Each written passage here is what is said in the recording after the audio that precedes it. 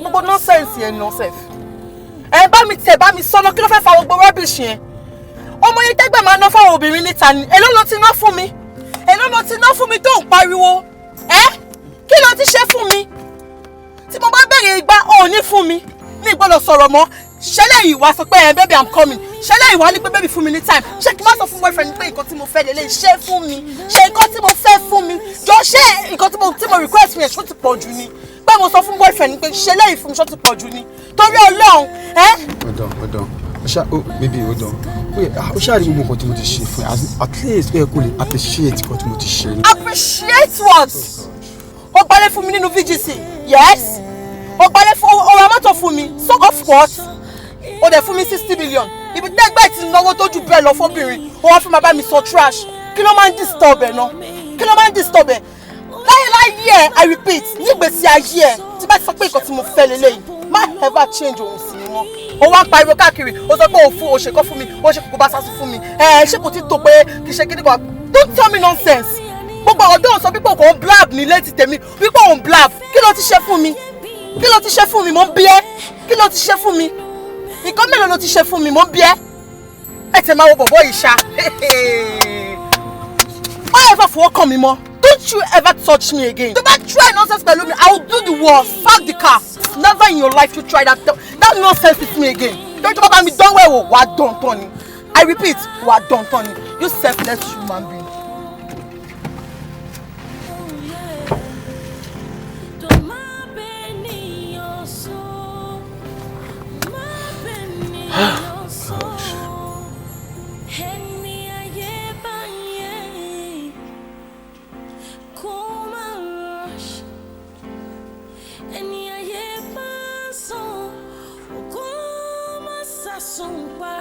Nítorí àwọn afẹ́ àjẹ́ máa fẹ́ ayọ̀ tó máa pè wá jẹun tó wá tó di ẹlẹ́wọ̀n mú ọ̀rẹ́ ojú retí ìṣubú rẹ̀ má ṣe sàsùn para.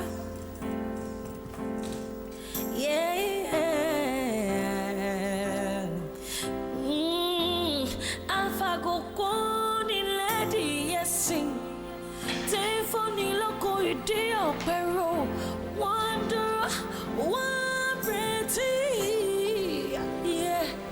Ishubure, my tea, why sim? Ìpàdé ìyàwó ti ní o.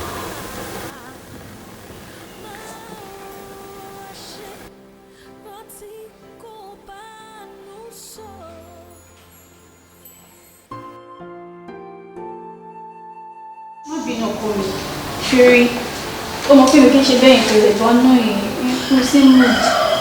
I'm not a good mood, that's why. Má bẹ̀rẹ̀ ṣọlá. Ọkùnláolú, ẹ má bínú. Mi gan mo ti bá sọ̀rọ̀ pé kò bá má sọ̀rọ̀ bó ti sọ̀rọ̀ lánàá yẹn because ọ̀rọ̀ tó sọ ìgbà tí mo gbọ́ ọ̀rọ̀ yẹn ti pọ̀ jù. Ẹ má bínú ẹ jọ̀ọ́, ẹ dáríjì wá. Ṣé ẹ ti dáríjì wá? Mo ti gbọ́ o, mo ti wá ìrònú, mo kàn wò pé wáyà tó fi máa kanra mọ́ mi báyẹn tó ti gbé mi pẹ̀lú ẹni jáde tẹ́lẹ̀. Bá tí mo dẹ̀ bẹ́ẹ̀ sọ̀rọ̀ tó dà mí lóhùn lèmi ṣe lọ́lẹ̀. Kò sí problem ṣe. Ti bọ̀. Kí wàá ló ṣe tó fi kanra mọ́ mi tó báyìí lánàá? Dear, mo kàn ní ìdòwò ni. Wọ́n pè mí láti lé pẹ́ra mọ́ sí mi ò yá and mo dẹ̀ fẹ́ wá báyìí. Ó má dàbí pé èjì mo máa ń béèrè owó lọ́wọ́ every time. She gets, that's why.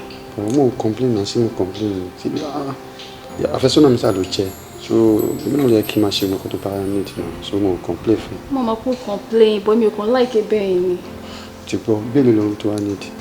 100,000 naira. Mo tó ṣe ń pé mo ní tó yẹ ní mọ́tò. But the next 30 minutes, máa ṣe transfer sí ọmọ ara láti. Wow, thanks darling. That's why I love you. Love you too. Mo kàn jẹ́ kí n tètè máa lọ kí ìfìwà àtọ̀rẹ́ lẹ́gẹ̀ẹ́ lè jẹ́ ara yín. Ṣùgbọ́n. My expensive. Uncle náà lu ẹ tí ń lọ nìyẹn. Wọ́n máa di ìlọ ṣe àbí mo ti wà. Àbí kí wọ́n fi ṣìkì máa ń ṣe oúnjẹ. Ṣé ń fi ni? Ojú máa ń sì kò ní jẹ. All right, take care. Bye. Bye, baby. Wow! This guy is so nice.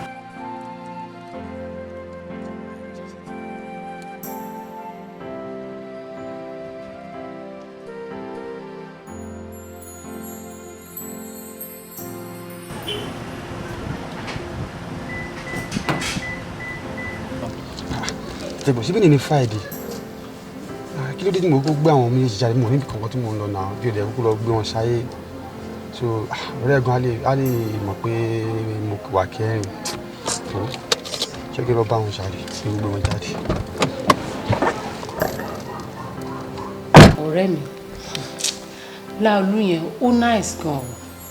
Irú ọkùnrin bíi ti Láolú ó ṣọ̀wọ́n nígboro. It's better kó dì í mú dáadáa. Tó ń kọ́ ẹ lójú, tó ń kẹ́ ẹ nímú. Ó tó wà caring bẹ́ẹ̀ yẹn tó yẹ pé so nice. Ẹni tí bá ti ṣẹ́ báyìí ó máa pampa ẹ̀ ní. Dì í mú dáadáa o, irú ẹ̀ ṣọ̀wọ́n o. Kí n di ta ní mú èmi àti Láolú. Mo taka ọ̀ṣì dànù. Mo máa lè fẹ́ Láolú. Mo máa ń kàn máa ní èmi sí Láolú. Àjọ sí level àtọ̀, it's not my level. Sori, mo dùn wọ́n lánàá yẹn. Mo fi ń tán ni, mo fi ṣe bẹ́ẹ̀ yẹn kí n lè gbowó lọ́wọ́ ẹ̀ ni because. Ó tó yẹn. Mo tán ṣe mo fìfẹ́ tán ni látijọ́. Mo lè ṣe máa tán títí nìyẹn because target mi fún is 50 million naira. Mo ṣe gbọ́ 5 million naira ń bẹ́ẹ̀ ni so o mọ̀ pé I still have a long way to go. Ohun tí mo ṣe máa gbà lọ́wọ́ ẹ̀ ṣì pọ̀. Mi mọ̀ kó tó yẹn. Ó jù bẹ́ẹ̀ lọ. Ó wàá mọ nǹkan tó ṣẹlẹ̀ ọ̀rẹ́ mi. Since tó ti jẹ́ pé ọ̀rọ̀ olówó dé ni, má gbàgbé mi náà. Ó ṣe ń sọ̀rọ̀ ni, àmọ́ olè ní ẹ́. Olè ní náà. Olè ní mi ọ̀rọ̀ olórí à ń sọ yìí náà. Àwọn abákẹ́lẹ̀ àgbà mọ́ ni. No wahala, trust me. Má worry.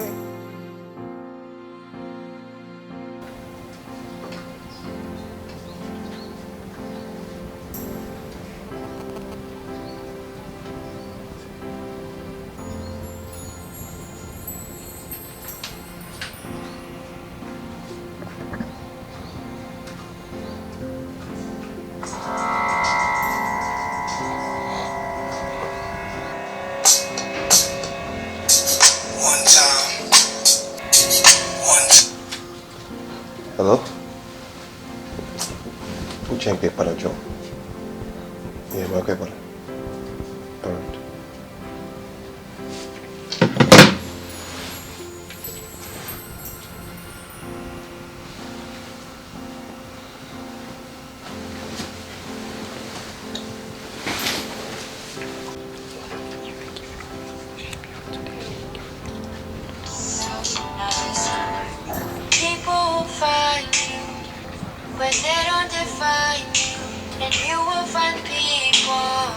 Hello ni, báwo ni?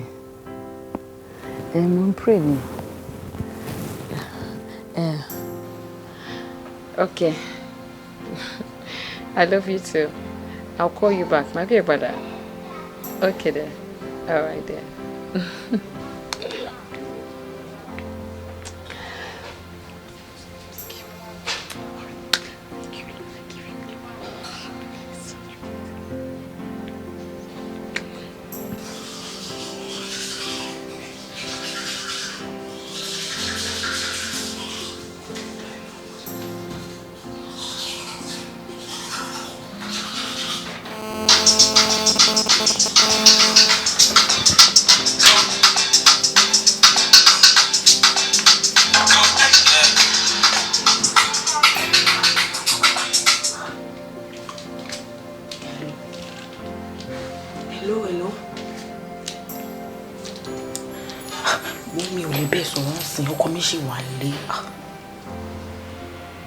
I'll call you back later.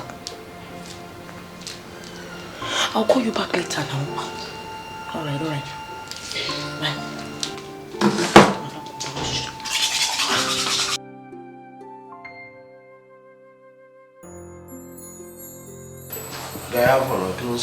How's that level, Bobby? Oh, I never know, Jare, but I will update you. Would you try number at the number or low? I'm going to share it. Yeah, too much we could see location here. Yes, now. But to about to click, my cable. I'm not worried. Well, if that be the case, then we are going to see Ilé Odoni. Ilé Odoni ke? I'm not going to follow now. We do the Lolade now. We will see Ilé Odoni. Lolade? Yeah, now. Guys, you remember what happened to you last time? This time around, make you use your brain. And remember, once bitten, twice shy. Magic kid, she should do a lemon. Bobo, I'm going to share it. We test already. That's what you get today. But I'm not worried. Well, anyway, we should to arrive. To well, now let that things be done. We'll see later then. Just the rest of the day. Take care of yourself, bro.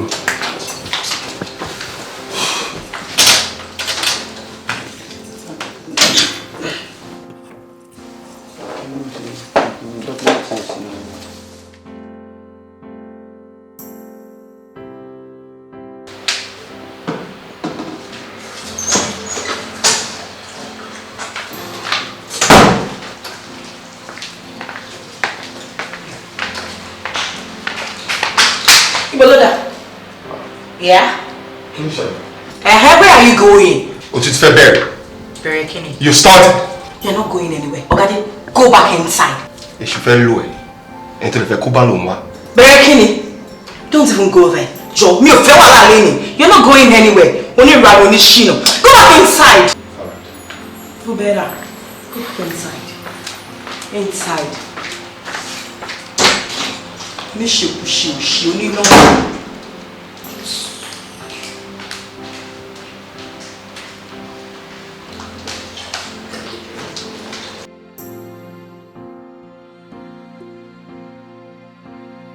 Only o de gbé phone ele now.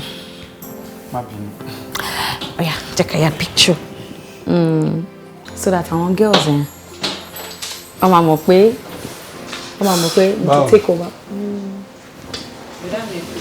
Báwo ni ṣe wà pa? Iyo come mi ṣe wà okay. Ẹ káàbọ̀. Báwo dé ni?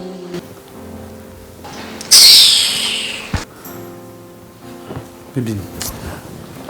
Kí ló ṣe now? Iyo come you like me mo ko to dey sister you like me now. Kí mo ṣe fún? Kò sí ohun tó ṣe fún. Ó ń ṣeré bó ṣe máa ń ṣe nìyẹn. Bí wà ṣe kò ṣe bí ó ń bínú sí ẹ.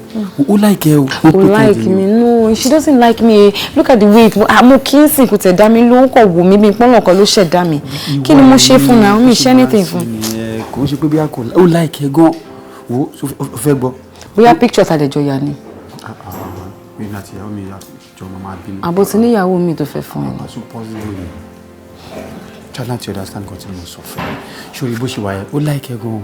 So ìlànà tí mo sọ pé mo fẹ́ fún ẹ ní owó kan ló bá mi lọ sí bank tó lọ bá ń gbowó ẹ wá. Fọ́nrẹ́ táwọn mo lọ gbà wá wọn ló bá mi gbà wá. Bàtú sọ pé ìwọ mi fẹ́ fún inú ẹ dùn pé ayé tí gbogbo tó ṣe ó ń test ẹ ní o. No, hold on. O fẹ́ fún mi lówó. Yes, no. Fún kí ni? Fún shopping now. Kí fi ṣe shopping? 500,000. I didn't ask for it. Fún ẹ ní now. Are you for real? Thank you, darling. That's why. You call me a shego. Where did you selfie po? Shego.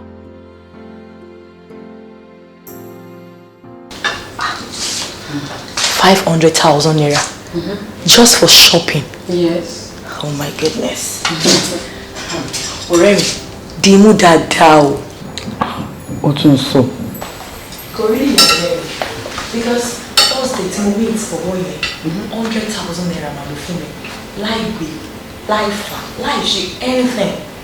Wọ́n ẹ̀ ṣe gbà wípé tí ò bá ṣe àṣedànù kò lè ṣe àṣejèrè ni. Ọlọ́run. Ọ̀rẹ́ mi, sorry.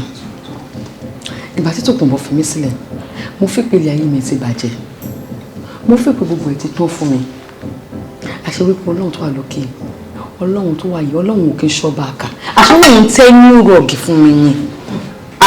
Rọ́ọ̀gì tó tuntun tó dàbà jẹ́ ní ilé ìtọ́nà tẹ́ fún. Òótọ́ ni pé oore wà nínú ibi. Ibi dẹ̀ wà nínú ire. Àti pé Ọlọ́run tá à ń sìn yìí, ọba torí kan ṣe kan ni o. Bẹ́ẹ̀ni. Ọ̀rẹ́ mi, ṣó ti ẹ rí? Bọ̀bọ́ yẹn ń try. Ìfẹ́ mi tọ́jú mi. Ṣé ti ohun jẹ́ mo fẹ́ sọ ni? Ohun mi, owó aṣọ ni, bọ́kẹ́tì mo nílò. Kò sí nǹkan tí kò kí n ṣe fún mi. Kò sí nǹkan tí kò kí n fún mi. Ọlọ́run.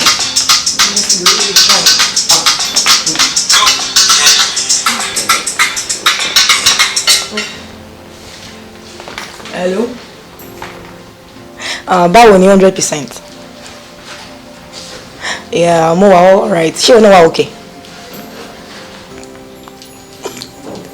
No, má worry.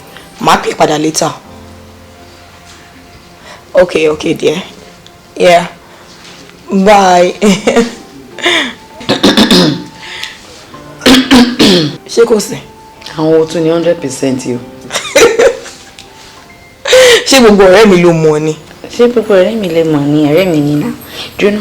Ṣé ọ̀rẹ́ ọkùnrin tàbí obìnrin tí mi ò mọ̀?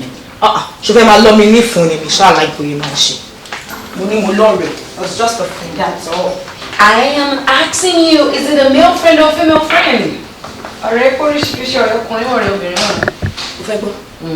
Ọ̀rẹ́ ọkùnrin ni. Ọ̀rẹ́ ọkùnrin Tító. Tító. Ó dẹ̀ mọ̀ pé mo mọ̀ ẹ́ o. Ó mọ̀ pé mo mọ̀ ẹ́ dáadáa. Àjọ mọ̀ra wa ni. Ó mọ̀ mí mo mọ̀ ẹ́. Ṣé mo pé o ti fẹ́ bẹ̀rẹ̀ ẹ̀sẹ̀? Ó kàn fẹ́ sọ mí lẹ́nu ni, ó tún ti fẹ́ bẹ̀rẹ̀. Èmi ò ní pé anything wà bá àdìgbò kò lọ́rẹ̀ ọkùnrin. Ṣùgbọ́n wọ́n ti kò ti marry. Don't start. Fi mí lẹ̀. Gbẹ́nu jẹ́ ń ṣayé mi. I know what I'm doing, okay? I know what I'm doing. Babe, married woman ni. Ìwọ ló máa sọ fún mi. Mi kúkú sọ tèmi. Ṣé o mú mi? Mi mú mi ẹ ṣé o. 100%. Ẹja bó ló ti 100% ṣé ní ti owó ni àbí ti owó?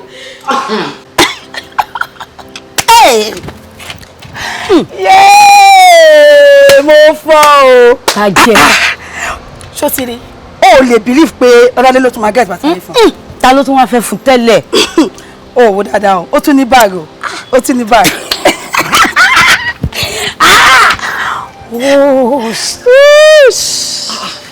Ẹ dúró ná. Kí ni problem yìí? Kí ló fa gbogbo embarrassment báyìí? So nǹkan tẹ́ ẹ̀ sọ ń sìn ní wípé mi ò lè ra bàtà fúnra mi or something. Just má get me wrong o. Mi ò sọ pé o lè ra bàtà fún rẹ. Bọ́dé lè tó wọ̀ yìí, mo mọ̀ kó ṣápápá ju nǹkan tó lè fọwọ́ ara ẹ̀ rà lọ. Àmọ́ mi ò like gbogbo rubbish tẹ̀ ṣe. Mi ò like ẹ̀. Ẹ máa sọ̀rọ̀ yàn lẹ́yìn. Ẹ tún wá gbójúgbóyà, ẹ tún wá sọ lójú ọlọ́rọ̀.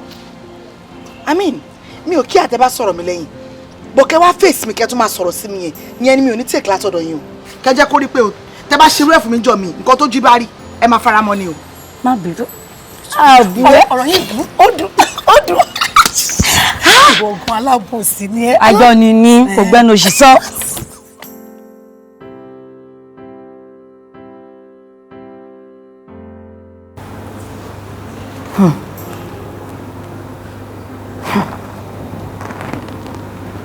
Ìwọ lọ́hùn. Irú ayé wo gan ni mo wá?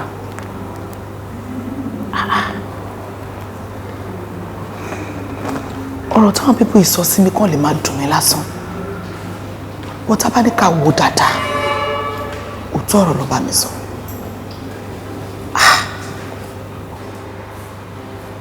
Èyí ọkọ mi ò ní. Èyí iṣẹ́ mi ò ní. I am practically living on a friend.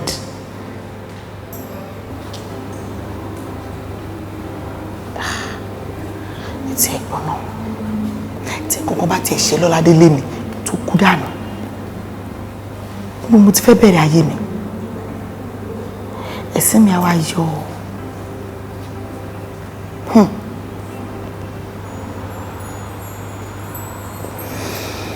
Aláti ṣe mi ní láti máa ti ṣe ààrẹ. Oh yes.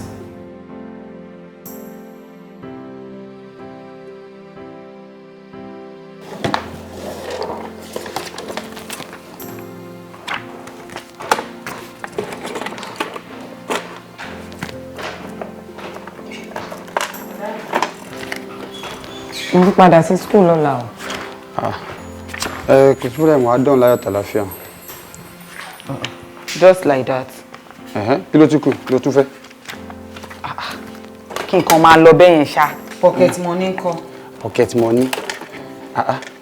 Ẹni lówó tó béèrè lọ́wọ́ mi. Ó béèrè 50,000 lọ́wọ́ mi dẹ̀ fún 100,000. Ṣé o mọ̀ pé pocket money ti wà náà ni? Bọ̀dá mi tó bá yẹ pé Lọ́ládé ni ẹ̀ ní ṣe bẹ́ẹ̀ fún wọn. Tó bá yẹ pé òun ni ẹ̀ ní sọ nǹkan tẹ́ ń sọ yẹn ní sọ fún wọn. Mo wà ń bẹ̀ lọ́jọ́ yẹn o. Tó béèrè 500,000 lọ́wọ́ tó yẹ pé 800,000 lẹ fún wọn. Kò dá o. Èmi tí mo jẹ́ blood sister yín gangan ẹ̀ lè ṣe nǹkan gidi ẹ̀ lè fún mi lówó gidi. Kí ló ṣẹlẹ̀ gangan? You are getting it wrong. Jọ, fi mí sílẹ̀. Jẹ́ kí n ráyè wá nǹkan tí mo wá. Bọ̀dá mi, Bọ̀dá mi ẹ̀ ń gbé àwọn obìnrin lásán àwọn girlfriend yín ẹ̀ ń gbé wọn lé mi lórí kó dá o tán lè fi ilé at any time tẹ́ni tí bá ṣe yín sẹ́mọ̀ pé mo máa dúró tì yín àwọn obìnrin yẹn máa sá lọ ní o.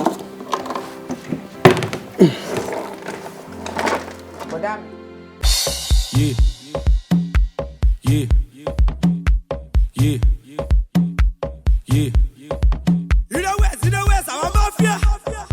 It's up a dice. Brace up, me on the ponders. Oh yeah, fún wọn lẹ́gbẹ̀gbẹ̀. Oh yeah, fún wọn lẹ́gbẹ̀gbẹ̀. Oh yeah, fún wọn lẹ́gbẹ̀gbẹ̀. Fún wọn jẹ́ bí ṣe ń wẹ́gbẹ̀. Oh yeah, fún wọn lẹ́gbẹ̀gbẹ̀. Oh yeah, fún wọn lẹ́gbẹ̀gbẹ̀. Oh yeah, fún wọn lẹ́gbẹ̀gbẹ̀. Fún wọn jẹ́ bí ṣe ń wẹ́gbẹ̀. iPhone 1, iPhone 2, iPhone 3, iPhone 4, iPhone 5, iPhone 6, iPhone 7, my love, iPhone 8. Yourself me on the ponders. Aboki wedding naira. Me want change am for my dollar. 10 billion for my moto. Owó tó kó dání ṣó máa tó. Àwọn àbókí wọn tẹjà, wọn ti gbọ́ story mi, wọn kì í wo tẹ́lẹ̀ ni, kí n ta paper ni. Ask about me for Ikeja, they go tell you how I dey get down. Log in Instagram, now my story full for town. Oh yeah, fún wọn lẹ́gbẹ̀gbẹ̀. Oh yeah, fún wọn lẹ́gbẹ̀gbẹ̀. Oh yeah, fún wọn lẹ́gbẹ̀gbẹ̀. Fún wọn jẹ́ bí ṣe ń wẹ́gbẹ̀. Oh yeah, fún wọn lẹ́gbẹ̀gbẹ̀. Oh yeah, fún wọn lẹ́gbẹ̀gbẹ̀. Oh yeah, fún wọn lẹ́gbẹ̀gbẹ̀. Fún wọn jẹ́ bí ṣe ń wẹ́gbẹ̀. iPhone 1, iPhone 2, iPhone 3, iPhone 4, iPhone 5, iPhone 6, iPhone 7, my love, iPhone 8. Ilé West fún wọn lẹ́gbẹ̀gbẹ̀, Màrúwá kò tún gbé kẹ̀kẹ́. Lálẹ́ yìí máa rí mẹ́mẹ́, rí sẹ́ẹ̀ bá mi wọ́n mọ̀ tó bá túlẹ̀. Baby girl no dey do yanga, Ilé West yẹn ṣe bàbá. Bí ṣe kọ́ fún Ulala, fún wọn lẹ́gbẹ̀gbẹ̀, kọ́lé Utuga, ọtí bọ̀ bóyá fún wọn lẹ́gbẹ̀gbẹ̀. Má lọ sùn ẹgbẹ́.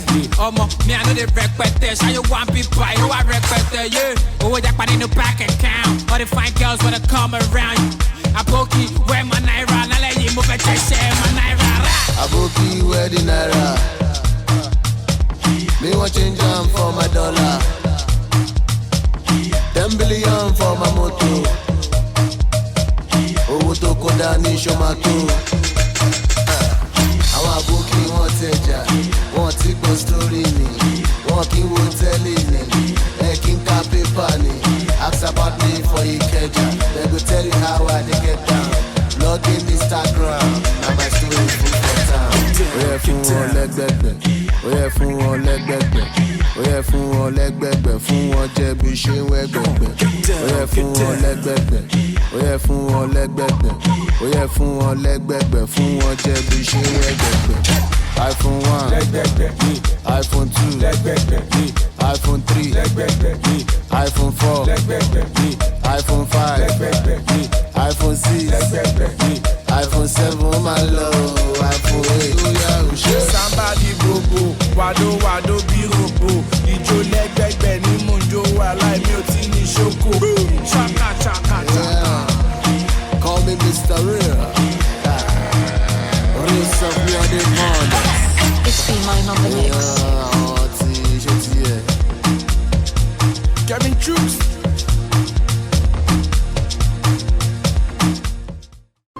Thank you, Mom. Ẹ ṣé gan ma. Yes, ma. Àmì ma. Àmì. Happy birthday to you. Happy birthday, happy birthday, happy birthday to you. Hip, hooray! So much. Most welcome, darling. God bless. Darling, why did you me more? Oh my God. Oh, this is beautiful. You like it? I do. Happy birthday to me. Yes, happy birthday to you. Oh my love. Amen. Àlàáfíà àti àìkú bá Amen. Oh my God, I got a birthday gift for my Wow. Wow. Oh my God. Wow. The latest. Wow. It's an iPhone. Can you imagine? Oh my. Oh, Nick. Wow. Oh, thank you. You know what? I love you so much. I love you. I love you. Thank you so much. Thank you. Money, another packet for inside. Wow. Another package. Are you for real? Let's go. Really? Okay. Oh my God. Oh my God. Oh my God.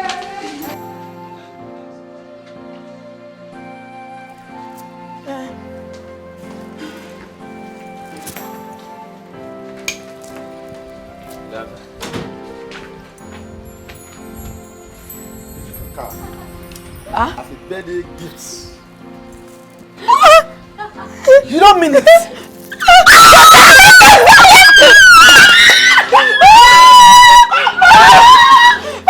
Wow! Oh my God! Wow! Congratulations! Very, very nice! Oh my goodness! Oh, congratulations! Congratulations, darling! Oh, so happy for you! Thank you! Thank you so much! Oh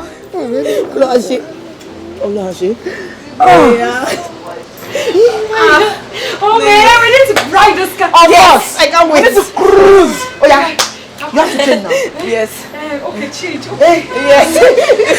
Thank you so much. Thank you so much. Yes, change. Oh my God. Thank you so much. Thank you so much, Eshegoni. Oh, it's Ẹ̀gbọ́n. Kí ló ṣẹlẹ̀? Mo fẹ́ fún yín o. Kí ló dé? Àdúrà ẹ̀rù báyìí lẹ present for obìnrin as a birthday gift. Ilé wa pọ̀ jù ní òye ló náà tẹ́lẹ̀. Ẹ kò sí wa kí n gbọ́ tẹ̀ kó kó ń bá yí. Tẹ̀mí náà wá 500,000 kí n náà tẹ̀ fi yí. 500 kí ni? 1,000. O tẹ̀lé 500 naira owó kí ni? Màá lẹ́yìn gbàjú pé kọ̀ọ̀kan bá mi gbé wá tó wá fún ìyàwó mi ló di pé máa fẹ́ 500,000. O ti ya wèrè o.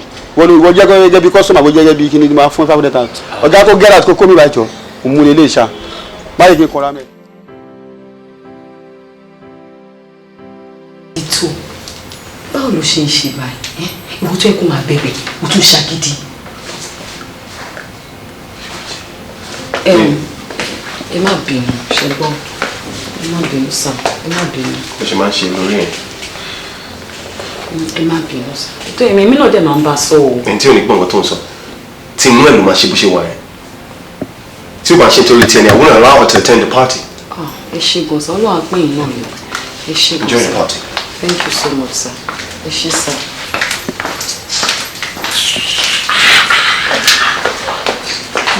Báwo ló ṣe ń ṣe báyìí? Why you behaving like this? Ṣé o mọ̀ pé tó bá fẹ́ jáde bẹ́ẹ̀ yẹn tó dẹ̀ fẹ́ lọ all night party ó yẹ kó ṣe mọ bóyá máa mú ọkọ ẹ̀. Mi láìkẹ́ kí ni kí n ṣe ṣé kí n máa bẹ̀rẹ̀ sí ní pariwo pé ẹ̀rọ tó gbé fẹ́ lọ party ó mọ dáadáa èmi ni mo mọ ọkọ mi sórí torí ìṣìnà tó ń gan ṣe káàkiri òun ló ṣe ń try láti kó gáìdì fún kí n má jáde o kó má bàa kí n náà bá ṣe the same thing tó ń ṣe I don't like this bó ṣe wà yẹn oníṣìnà onírànù ni it's just a flirt mo mọ dáadáa ó lè mọ́jú mi lọ. Tito, where is your trust? Àánú ẹ̀ máa ń ṣe mí. Mọ́mọ́ yẹ káwọn kọ́kọ́ lọ máa tó ẹ kọ́ lọ máa pẹ̀kọ́ bànújẹ́ fún ẹ o. Ó ṣọ́ra ẹ. Ọlọ́run fún ẹ lọ́kọ gidi, ọkọ tó dá báyìí. Ó dẹ̀ fi ń ṣàkọ. Àánú ẹ̀ ṣe mí. Ṣé mi máa kọ́ lọ́kọ ni? Ṣé kí n gbé sórí ni àbí kí n bẹ̀rẹ̀ sí ń pọn lára tó kéde sáré tó pé mo lọ́kọ tẹ́nìkan ò ní rí? Tó bá ti gbọ́ tèmi mi ti gbọ́ tiẹ̀. Ó bẹ́tà jẹ́ kí n tètè lọ múra fún pàtí ẹ̀ ká wá rock.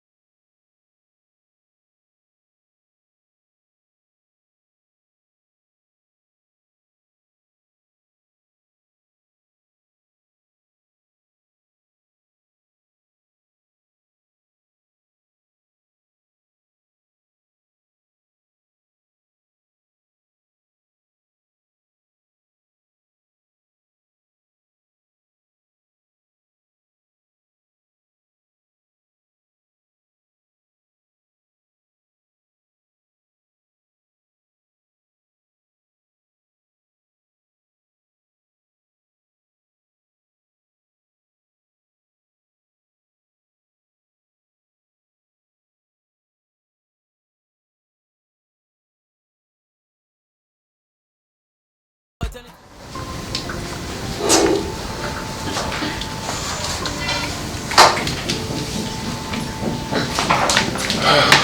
ni?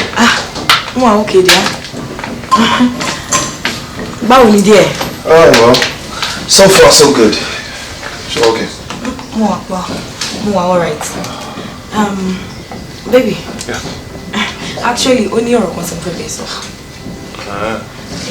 Ṣé kò sí? No, kò sí nǹkan kan. Sorry. Actually, wọ́n sọ pé sister mi sick gan, wọ́n pè mí. Sister wo ni? Actually, ó mọ̀ wọ́n. Kánò náà ń gbé tẹ́lẹ̀. So, ìgbà tí sickness yẹn pọ̀ gan yà ni wọ́n wá gbé wọn wá sílé. Ó tí meet wọn rí. Okay. Ṣé sickness wọn pọ̀ púpọ̀? Ó pọ̀ gan ni. Honestly, tó rẹ̀ mo ṣe rò pé tí n bá lọ mi ò ní lè dé. Mo máa ní láti dúró tí wọn bóyá títí ọ̀tún la ṣá. 3 days. Yeah, kí n lè fara mọ́ wọn dáadáa ni. That makes sense. Dàbẹ̀.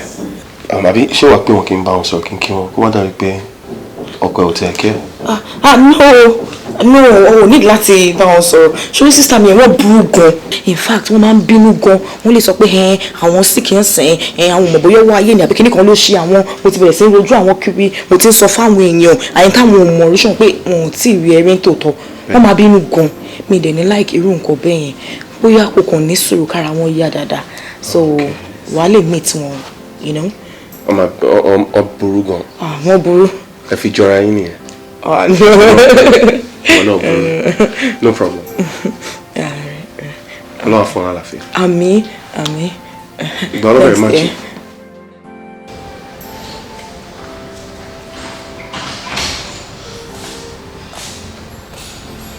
Kí ló dé nínú ìpínlẹ̀ tó gbé kọ́ mi?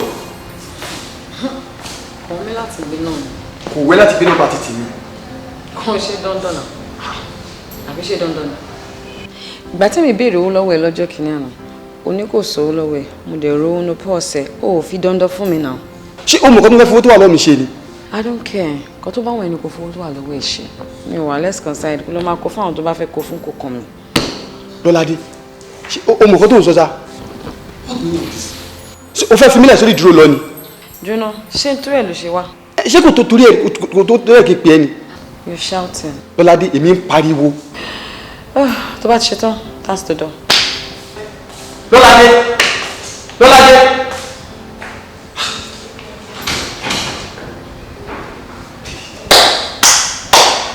Imagine.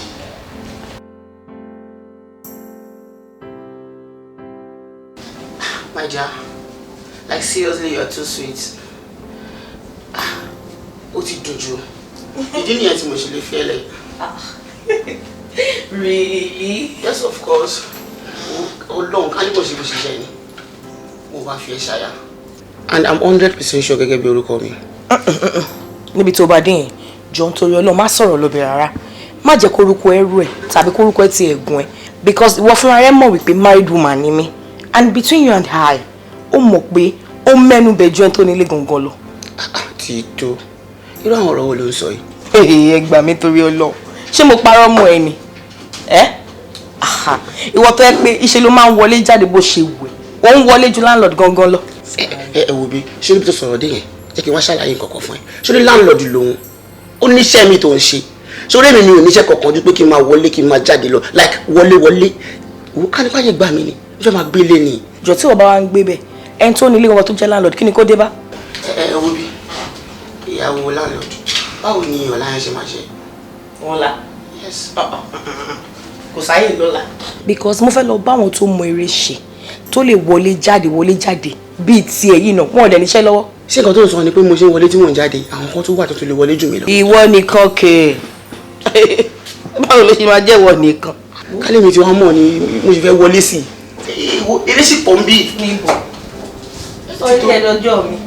Pàkú síbẹ̀. Kí tí mo kí ti fẹ́ kọ́ kí kú fẹ́ kọ́ wọlé tán. Tọ́lẹ́ bá wọn wá ṣe. Ó dájú abiyamọ ni. Bíbí màá ti ń lọ. Mi ti lọ. Ẹ bá ọkọ yìí ṣá. No problem. Thank you. Take care of yourself, huh? Yeah, I'll do that. All right. Bí o bá nírú ọmọ ìdí méjì, kájọ́ náà ti kọ 50 fún yàn. 25 lèèyàn máa lò.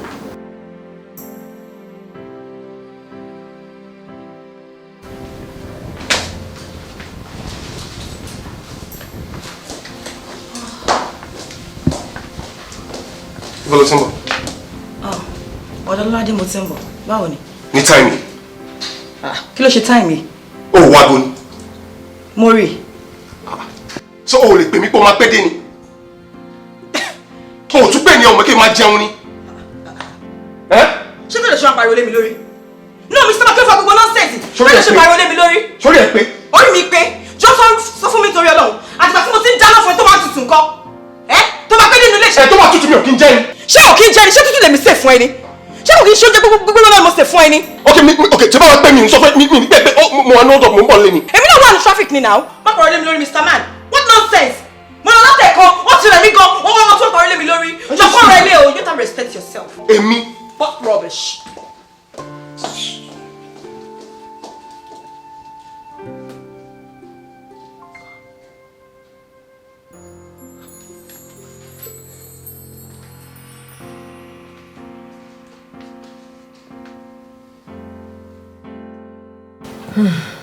Ọ̀rẹ́ mi, láti ìgbà tí mo ti bá sọ̀rọ̀ ìnájọ́ yẹn tó ti lọ ni kò máa gbé fóònù mi mọ́. Mo pè é lẹ́yìn létà nírọ̀lẹ́ ṣùgbọ́n kò pick. Mo tún send message kò reply. Why tó ṣe wá lọ́lé? Ọjọ́ kejì second day ni mo ti wá lọ́lé. Ìgbà tí mo délé ẹ̀ mo rí àwọn cars ẹ̀ báyìí. Gitman ẹ̀dẹ̀ sọ fún mi pé kò sí nílé. Mo tún wá padà lọ several times. Mo ti padà lọ síbẹ̀ each time tí bá lọ báyìí. Bọ̀bọ̀ security ẹ̀ máa sọ fún mi pé sẹ́ẹ̀ n ò lè jẹ́ kí n wọlé o. A tún máa bẹ̀ mí pé kí n jọ kí n má gbàjẹ́ lónìí òun pé kí n má wá bíbá ẹ̀ mọ́ pé òun ò lè ṣí géètì fún mi. Ṣé mo tún òpó kì í mo tún send message sí Láolú lórí WhatsApp especially tó bá ti wà online. Ó máa rí message mi báyìí kò dé ní reply mi. Kí la máa ṣe sí báyìí? Orí mi ò mọ̀ kó tí máa ṣe. Níbi ìgbà tí máa ṣe náà ni mo ṣe pè é. Ṣé mo pé tó wá kí mo close máa wọ̀n rẹ̀ ǹsìn? It will be a different case because my lọ bá wọn pé kó bá mi bẹ̀, kó bá mi bá sọ̀rọ̀. But mi ò close mo mi really máa wọ̀n rẹ̀. So I don't even know who to go and meet. Mi ò mọ̀ kó tí máa ṣe ni mo ṣe pè é ọ̀rẹ́. This is serious. No wonder tí o lè sùn dáadáa. Ṣé wọn pé àtìdájí ló ti jí pè mí? I love him. I do. Anyway, can I talk to him? In fact, mi fẹ́ kó kọ̀ pé lórí fóònù, mi fẹ́ kó wá lólé. Tó bá ti délé kó bá mi bá sọ̀rọ̀ ṣùgbọ́n wàá lè máa rí countenance ẹ̀. Wàá lè mú nǹkan tó ń ṣẹlẹ̀ gangan. Wàá lè ti délé kó bá mi sọ fún mi. Tell him that I am sorry. I'm sorry. Pé mi ò mí ní ẹ̀bẹ̀. Pé ọjọ́ yẹn mo kàn ń ṣeré ni mo kàn fi ń ṣakọ ni. Mi tẹ́ mo kó máa lọ. Mo kàn ní kí èmi náà fi ṣakọ díẹ̀ ní olóyè mi. Aṣọ ti ẹ̀ lé. Ọlọ́run, tell him I love him. He's my life. He's my everything. It's like it's okay. I will do all that. I will do anything for you. But on one condition, Oga, Mr. Wọ́n ti hug me. Kí ni condition? Tí n bá ti gbẹ nígbà òjò. Ìwọ náà máa gbà mí nígbà ẹ̀rùn. Condition? Yes. Condition wo ni? Èmi ti fi ẹ parọ́ lánàá. Mo jáde nílé, mo dẹ̀ pẹ́ kí n tó délé. Mo wá sọ fún bàbá yìí, mo ní ọ̀dọ̀ ẹni mo wà in case tó bá pè é. Ṣé ò ń gbọ́ mi? Wà á defend me. Wà á sọ fún pé tòótọ́ ilé ẹni mo pẹ́ sí. Tó bá ti ṣe fún mi, èmi náà lọ ṣe tiẹ̀. Ọ̀gá madam, ibo lẹ́yìn gan wà ní? Ibo lẹ lọ tẹ̀ fi dájú ìlú fọ́kàn yín? Ṣé ìyẹn ló fẹ́ máa sọ́nsìn àbí o máa ṣe fún mi? Ọ̀rẹ́, kọ́lọ̀ máa ṣe ẹ̀. Olùpẹ́ fẹ́lẹ̀ dẹ̀ forí ẹ̀. Kó dúpẹ́ dáadáa. Kí ló ṣẹlẹ̀? Wọ́n pè mí. You don't say. Ọlọ́run ló ní pé kí sáré lo 36 minutes kò sáré sense ìṣe ẹ̀rọ ọpọlọ mi. If not so, ọ̀rẹ́, bá ti kó wálé mi àjọ ọ̀nà. Tọ́tọ́ ni a ti jọ di single. Bá ti kó wá sọ́dọ̀ mi. Ó ti pè é láti àná yẹn. Oh my goodness. Ọdún náà bò ní ibo ló lọ àti tó. Ó ti bẹ̀rẹ̀. Kí n tiẹ̀.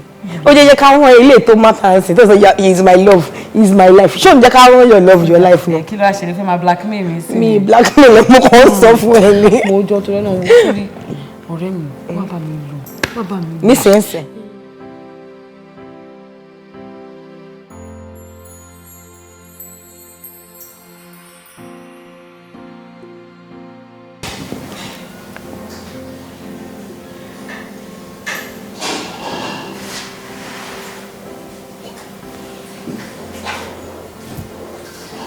Ọ̀gá o.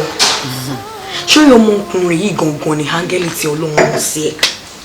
In fact, mi ti mọ̀ tí mo fẹ́ sọ. Ọ̀rẹ́ mi máa ti sọ̀rọ̀. Tó ní mi gùn ti sọ̀rọ̀ tán. Ọlọ́run jẹ́ kí n sọ̀rọ̀ tán. Ọ̀tá mi fẹ́ ya wèrè lánàá. Àtijọ́ tí mo ti délé ayé. Àtijọ́ tó ti bí mi ṣá. Àtijọ́ tí mo ti ń fẹ́yàn. Àtijọ́ tí mo ti mọ̀ yàn. Mi pàdé ẹ̀dá alààyè kan bí bọ̀bọ́ yìí rí. Mi rí kéèyàn ṣe nǹkan tó ṣe lánàá tó ṣe fún mi. Ǹjọ́ sọ fún mi kí ló tó ṣe. Ṣé tilẹ̀ nìkan ni mo ṣe sọ fún ẹ ni? Ìyẹn kiri. Ọ̀rẹ́ mi yẹn kiri. Sórí bó ṣe ń fi ìwé papers hàn mí tí mo tá à ń ṣe ìfàtínú mi ń dùn tí mo rí wá náà ló bá gbé gift yìí jáde. Bá ní kí ni bá ṣe ló bá di irun tí mo wọ̀ sórí. Èmi náà ń wò náà pé mi ò rí eléyìí rí. Ìwọ tún dé ibùdó sí irun tó gùn tó yìí. Ó ní bíbí ṣó like ẹ̀ £1,000 mo rà á fún ẹ. No, then 1,000 what? Ló bá tún gbé báàgì jáde. Ló bá ní ṣé ò like ẹ̀ mo ní Gucci mi ṣe ní love ẹ̀. Ṣé o ṣe ìgbà tí mo ní price ilé mo fẹ́ dákun? Èmi Gucci bag náà ló ti. Ọ̀rẹ́ mi kò tán síbẹ̀ o. Bá ṣe ń sọ̀rọ̀ lọ́mọ kò gbọ́ pẹ́kẹ́ lórí fún Báníà.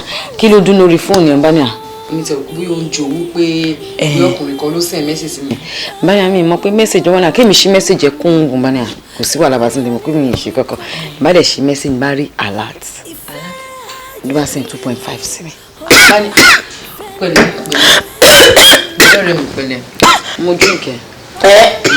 Pẹ̀lẹ́. Mo drink ẹ̀. Ọ̀rẹ́ mi mo ṣe rí alert 2.5 nìyẹn. Ló fẹ́ kí n fowó ṣe. Bá ní ṣóhun lè fún mi lówó ni wọ́n fẹ́ kí n wà happy. Mo ní mo wà happy. Bá ní okay no problem pé 2.5 yẹn o.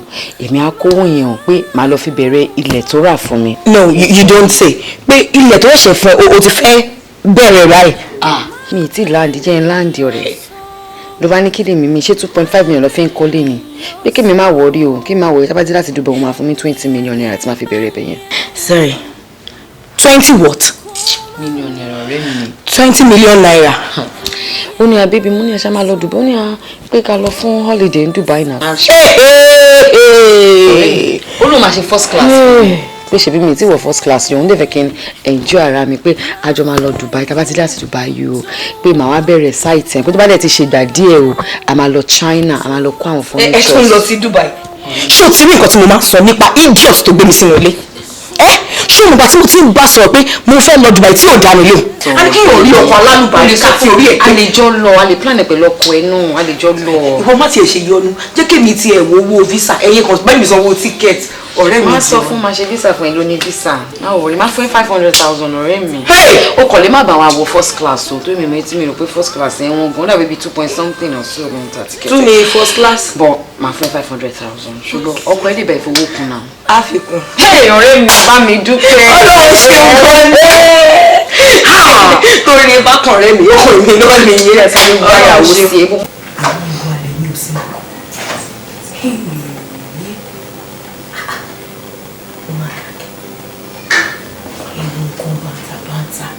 Tí mo gbé kalẹ̀ àríjìnà ní òkè òkèrè o. Ọládé ti ta ilé iná tún show direct ni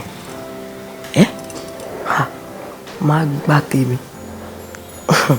in fact mo máa take over láti sìn lọ ni gbogbo ọgbọ́n àti ète obìnrin tí n bá mọ̀ ni màá lò. Báwo ni? Wà ókè. O mọ ní tí àbúrò mi dẹ̀ sí ní ìbáni kò fẹ́ nǹkan lórí kíchìnì àkọlọ mú nǹkan tó bá wẹ̀ ń bẹ̀. Ẹ má wọrí ẹ má ṣe yọ̀nù mú wa ókè báyìí adúpẹ́ fọ́lọ́ ṣé wàá pa. tó wáyé ṣé kò ṣe lórí ọ̀rọ̀ Lọ́ládé ló wá rí mi fún sá. Actually torí Lọ́ládé ni mo ṣe wá rí yín. Sórí ibi tó mọ̀ má mẹ́nu lọ sọ́nà Lọ́ládé rárá má ṣe sọ̀rọ̀ ń pa ọ̀rọ̀ Lọ́ládé mi fẹ́ gbọ́n kankan pẹ̀. No, hold on. Ẹ má ti fún mi latitude because èmi ò wá bẹ́yìn torí Lọ́ládé o. Àwọn nǹkan tí ò yé yín lèmi wá fi yé yín. Bẹ́ẹ̀ ni because ìgbà tẹ́mi kọ́kọ́ mọ̀ yín mi ò rí yín bí èèyàn burúkú. Ẹ̀dẹ̀ nice gan. But èèyàn burú gan o. Tẹ́ bá gbọ́ àwọn nǹkan tí Lọ́ládé ti sọ ń pa yín. No, mi ò fẹ́ kẹ́rí mi bí alábòsí o àbí pé bóyá mò ń try láti jiyàn lẹ́sẹ̀ Ọlọ́run kúkú ṣe ẹ̀yin àti ẹ̀ ti jà already kì í ṣe pé bóyá mi mo ṣẹ̀ṣẹ̀ wàá dáàrin yín rú kẹ́ má sọ pé oníkébékébé ni mí wọ́n dẹ̀ máa ń sọ wípé ìwọ ọmọ báyìí òun ló mọ́mọ́ ṣòkì bẹ́ ọ̀rẹ́ mi sọ̀rọ̀ gan o ó sọ wípé inú ilé yín o shrine kan wà ń bẹ́ẹ̀. èmi. ológun wo lẹ ṣe. inú ilé tèmi ṣògùn owó. kódà ó sọ wípé ẹ lè ṣe. kò mọ tèmi ò gbé fúkẹ́ Lọ́ládé sọ bẹ́ẹ̀. pé tóun bá jarun pa tóun bá tiẹ̀ kọlù yín ó kàn ṣáà máa wà ń bẹ́ẹ̀ digbí ni. Lọ́ládé. ó nígbà ìlú tí wọ́n á rò pé kí ló ṣẹlẹ̀ kí ló lè dé kí wọ́n máa kówó fọmọbìnrin tó tó yìí kó dẹ̀ máa fọwọ́ kan lòun bá fi tipátipá ti ẹ̀rùn mọ́ ní lára ń jọkàn ló bá rí pé kò dìde náà síbẹ̀ kó tó di pé òun lọ discover pé shrine wà nílé ibẹ̀ lòun ti wá conclude pé dájúdájú connection wà pẹ̀lú shrine yẹn àti àìlèṣe yín pé oògùn owó lẹ ṣe. bẹ́ẹ̀ ni ó dẹ̀ sọ ó lóun ò rán yín tòun o ó ní bóun ṣe wà yẹn òun máa gbá yín débi pé ẹ̀rọ ọlọ́run gbá báyìí. èmi náà Lọ́ládé. bẹ́ẹ̀ni ibi tó bá yín jẹ́ dé ẹ wo ọlọ́run nìkan ló lè tún yín ṣe. ó sọ̀rọ̀ gan o ó tiẹ̀ tún sọ ó lẹ ní máa tó dọ̀. èmi máa tó dọ̀ ẹnu tí mi ò rún. ẹ̀ṣọ́ ó sọ owó lẹ́nu yín rùn pé kíyàn tiẹ̀ tó súnmọ́ yín báyìí ní máa bù tí i ní. èmi ẹnu tèmi rùn ẹnu mi ò rùn náà. àmọ́ èmi ò dẹ̀ wá rí bẹ́ẹ̀ torí àtìpá tèmi ti débi kò rùn sí mi bóyá ẹ jẹ́ kí n súnmọ́ yín kí n wò náà ṣe pé ìsúnmọ́ ni báyìí ni àmọ́ ìṣe ẹni ẹ jẹ́ ń wò náà àbúrò Lọ́ládé ò pé ni. can you imagine. ẹnu yín ò rùn ọ̀rẹ́ mi ò dé bẹ̀rù Ọlọ́run kí lè ra ẹ̀ ń gbà ẹ̀gbọ́n ṣe ẹ̀ṣẹ̀ tẹ́lẹ̀ mi. iṣẹ́ èkúté yí mi. ní sùúrù ẹ jẹ́ kí n wò lẹ́ẹ̀kan sí torí ó dà pé. ó ti yé mi báyìí. Lọ́ládé ò kì í ṣèyàn mo dẹ̀ sọ fún Lọ́ládé mo ní ọmọbìnrin gbọ́dọ̀ máa wà kàtìkàtì báyìí kò dáa kí ló fẹ́ gbà nǹkan tó ń ṣe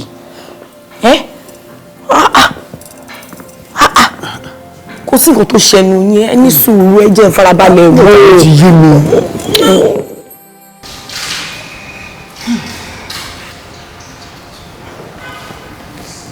ọ̀rẹ́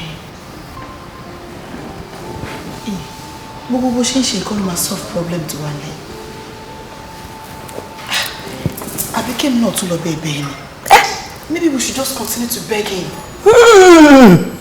I don't like that mi ò ṣe fẹ́ gbọ́ rárá bẹ́ẹ̀ kí ni I mean bẹ́ẹ̀ for what ṣé máa gbà kó sọ̀rọ̀ ìdánwò mọ́ wa lọ́wọ́ ni no kò possible no bọ̀bọ̀ yẹn jọ rẹ̀ lójú gan ṣé máa gbà kó sọ̀rọ̀ ìdánwò mọ́ wa lọ́wọ́ ni no it's not done tó bá rí nǹkan tí bọ̀bọ̀ yẹn fi ojú mi rí iṣẹ́ ni bọ̀bọ̀ yẹn lé mi dànù nínú ilé bí ajá ló sọ pé ọ̀rẹ́ ti wá o òun ò lè fẹ́ mọ́ torí pé olóòórùn ni onídọ̀tí ni pé in fact ọ̀rẹ́ wa ní body odor yes ó ní pé tí wọ́n bá fẹ́ súnmọ́ báyìí táwọn àbájọ fẹ́ ṣeré òun máa ń fi pef síbí ìbàyìí ní kó má bàa gbóòórùn anything.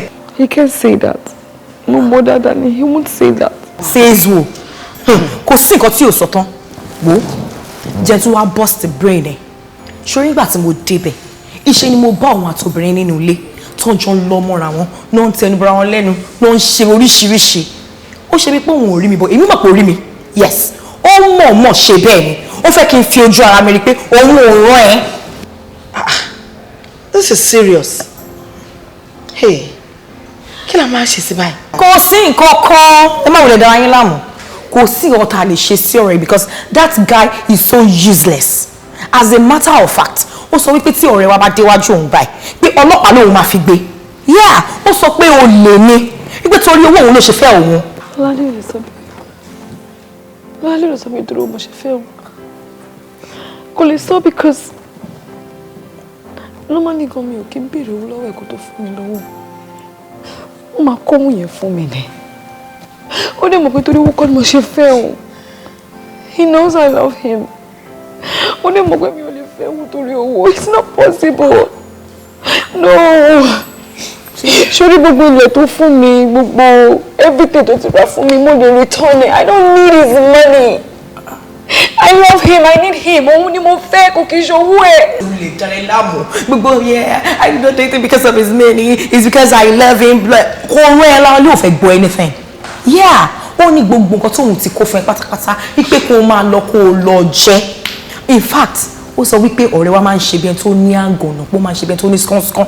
Wípé ìgbà mi akọ̀dédé búwa burúkú kan ni. Bó ṣe tóun bá gbé sílé ṣé bó ṣe máa ṣe bí wèrè nìyẹn. Àbáwọn ọmọ tó bá fi bí fóun bó ṣe máa ṣe bí ẹni tó ti yí lórí nìyẹn.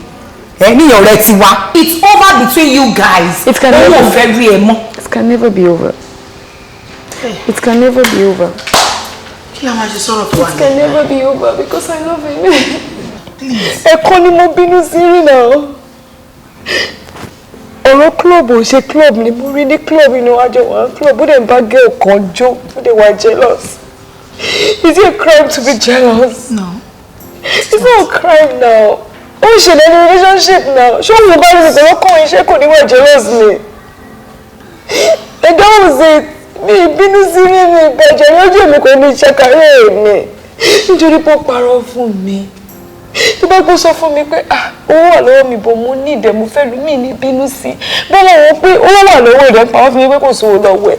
Mo lè rí kí n bínú sí díẹ̀ pé kí n kàn ṣàkàrẹ́ ẹ̀ díẹ̀. That was it. Ìwọ lọ fẹ́ lọ bẹ́ẹ̀. Tó bá yọ ajá sí èmi ò sí ń bẹ̀ because. Ẹ máa bẹ̀rẹ̀ ayé ń gbà yín bọ̀ tèmi ti sòtọ́ ọ̀rọ̀ fún yín. Ẹ jẹ́ kí bọ̀bọ̀ ẹ̀ máa bá ti yín. Ipa ọ̀rà ipa ọ̀tà ṣẹ́kùnrin ti tán ni. Ó dẹ̀ bá sòtọ́ ọ̀rọ̀. Ẹ má bínú.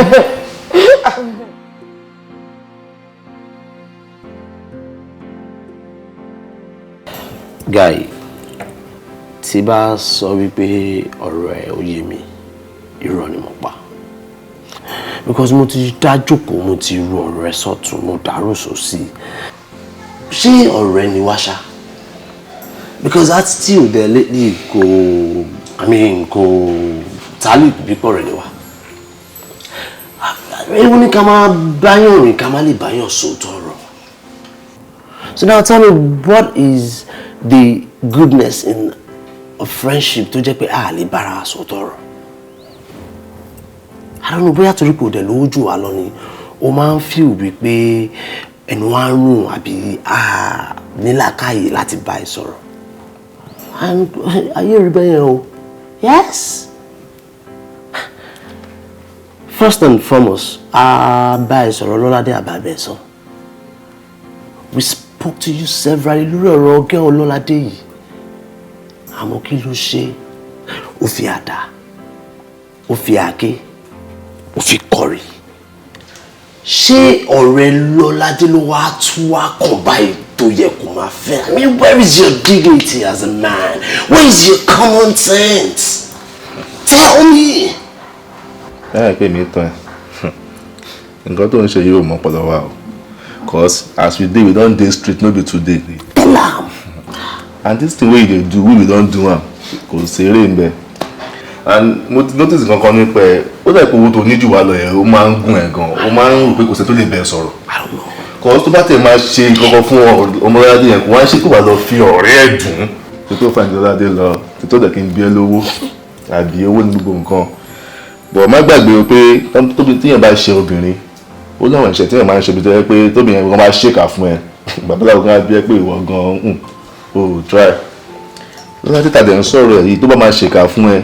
Gbogbo ó tó ń gún ẹ tó ń lẹ́ kó ṣe gàràgàrà yẹn á kọ́ wà lẹ́lẹ́ nǹkan náà. Màmá má sọ̀rọ̀ lóde rárá. Owó ló ń wálẹ̀. Mo ṣe lọ́ládé ni. Ṣé mo ṣẹ́ ni? Wọ́n lọ kí ló fẹ́ ṣe fún mi? Olùṣẹ́ ni ti fi kọ́mọ mi náà because mo ṣẹ́. Ṣùgbọ́n ní tẹ̀sán máa ń pa èyí. Dúró ló ti ń tẹ̀lé mi náà. Ó náà nǹkan tí mo observe nínú ọ̀rọ̀ lọ́ládé náà. Lọ́ládé tó yẹ pé àbátí máa mọ ọkọ̀ kan ṣé bó ṣe ń ṣe fún mi tẹ́lẹ̀ ní ẹ̀ náà. Ó kàn change. Torí owó lọ́ládé ti ń tẹ̀lé mi. Ok, ọ̀rẹ́ ẹ̀ tẹ̀ ń sọ ń pa ẹ̀ pé bóyá mò ń fẹ́ ọmọ rẹ̀. Tẹ̀ ń sọ̀rọ̀ pọ̀ rẹ̀ jẹ́ ọ̀rẹ́ lọ́ládé kọjá lọ́ládé. Ọmọ gidi ni Tító. Tító ó jẹ́ kí n mọ gbogbo àṣírí lọ́ládé. Gbogbo àṣírí tó yẹ tẹ̀lé mi tó ṣe é ṣe wọ ẹ̀ kiri Tító jẹ́ kí n mọ̀. So kí lẹ̀ ń sọ? Tító bẹ̀rẹ̀ sọ̀rọ̀ ń pa ẹyin gangan mo ti fall in love pẹ̀lú ẹ̀. Ṣé wàá fẹ́ gbọ́ Tító tí wọ́n wá mi báyìí tó bá wá mi bọ̀ wá mi báyìí sí tó bá wá mi wá ó máa ra nǹkan wá ó máa bá mi gbé àbàgì ẹ̀ dání báyìí tí ó bá yá surprise àyà spa àyà mega chicken àyà the place ó máa ra nǹkan wá fún mi tí bá rí borí máa tanná ọmọ yìí kò béèrè 1 naira lọ́wọ́ mi rí 1 naira ni ò tí ì jábọ́ sí lọ́wọ́ so kí lẹ̀ ń sọ Hey, you might decide for me now. Yeah, true. Yeah, you're right. At this junction, you're very right. You're very correct. Alima decide for me. Yes. Remy. At this junction, èmi ò ní nǹkankan tí mo fẹ́ sọ lórí ọ̀rọ̀ yìí mọ́. I mean, he's right. Àgbàlagbà ni. Ó ti sọ wípé a lè là lé òun lọ́wọ́.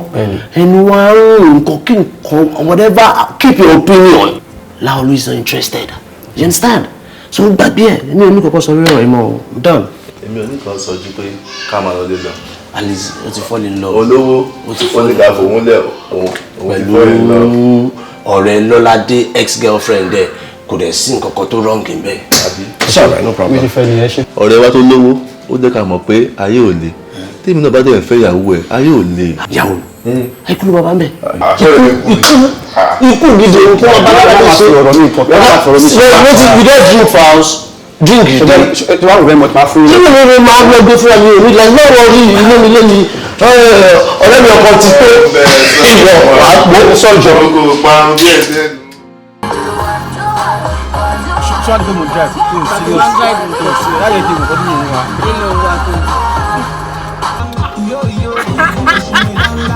Mo ní láti rí ẹ̀kẹ́ mi. Mo ti sọ́jú rẹ̀. Ọlọ́pàá ò drive lọ́wọ́ tó ń disturb mi ti ṣá. Dẹ́ndẹ́n tó ń nà wá ní.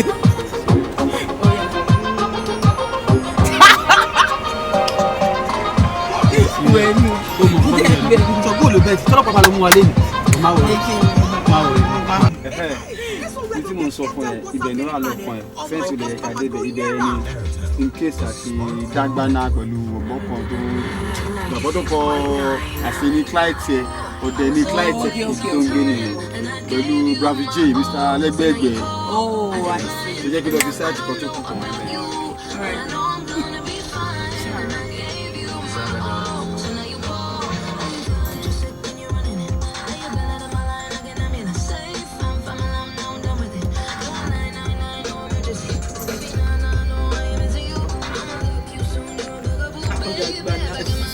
Lágbára orúkọ yẹn kan lágbára.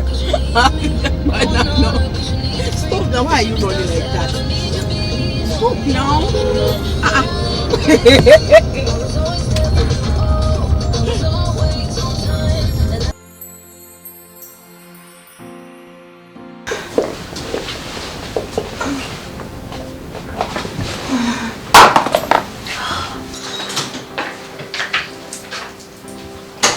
Where are you coming from? Baby, I went out. Should I gbé fún mi kó tó jáde? Inú ilé ilé mi àti ẹ wà. Ó fi mí sílẹ̀ nínú ilé yìí lọ. Àbí? Èyí oúnjẹ náà ò kí ẹ ò wọ́n ibi àmàjọ àbí mi jẹun. Is that it? Bó ṣe mú ẹ lóyún wúwà ń sìn. You now do as you please, right? But Abi? Baby, I think I told you I was going now. You told me what? You think what? No, Now you listen to me carefully. Read my lips. When you know it, Dada, the next time to bá tún rí inú mi tó nìyẹn, mo fi Ọlọ́run bá ṣẹlẹ̀ rí wá rí pé kò fẹ́ mi. Kí ni mo wí? If you dare try that nonsense with me again, or you by any means disrespect me in this house, I swear to God I will kill you. Ìkànnì èmi àti àgbọ̀ pé Ọlọ́run. Baby. Hey. Baby. Hey. Mo gbé mo dáràn. Ye. Wàhálà wà. Lẹ́yìn tó jẹ́ pé àtijọ́ tí mo ti fẹ́ kò ṣe báyìí sọ̀rọ̀ sí mi rí. Hey, wọ́n máa lóun máa pa mí mà ní. Hey. Tó jẹ́ pé idiot tí mo ti torí ẹ̀ ṣe gbogbo wàhálà yìí ó ti lómi mi ò dẹ̀ rí kọ́bọ̀ bá igbá lọ́wọ́ ẹ̀rì. But ṣebí Lọ́ládé sọ pé ó máa ń kówó fóun ni ó ralẹ̀ ó ra gbogbo ẹ̀ kí ló ti tèmi wá yàtọ̀. Àbí Lọ́ládé ń ṣoògùn fi gbowó lọ́wọ́ ẹ̀ ni. Ṣé lẹ́kùn méjì mi ò ní padà pàdánù báyìí?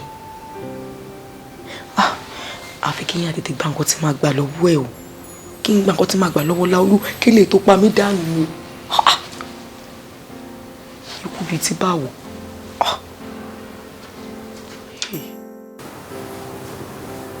No mi ò fẹ́ kó conclude bẹ́ẹ̀ ṣùgbọ́n ó lè jẹ́ pé bóyá òun náà busy pẹ̀lú ọkọ ẹ̀ and nǹkan tá à ń gbàdúrà fún náà nìyẹn ipe kí kó tiẹ̀ serious pẹ̀lú ọkọ ẹ̀ kó yẹ máa kọ́ ọ̀rẹ́ kùnrin kiri. báyìí mo gbà kọ́ tó sọ nǹkan tèmi náà fẹ́ fún nìyẹn bó ṣe ọkọ ṣẹyẹ ọkọ ẹ̀ ló máa ní kó má gbé fóònù mi ni àbí tító ló máa busy to the extent pé kò pick call mi okay let's assume pé ó busy ṣé tító máa ní pé òun ò rí miss call mi látọjọ́ yìí ni I've called her severally.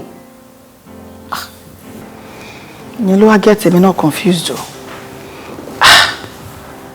àbí ká lọ síbẹ̀ lọ́la ká lọ find out bóyá ó wà okay kó má yẹ pé nǹkan ti ń ṣòun náà just like you here wàá sunkún láàárọ̀ wàá sunkún lọ́sàn wàá sunkún lálẹ́ nítorí Láolú. Tired.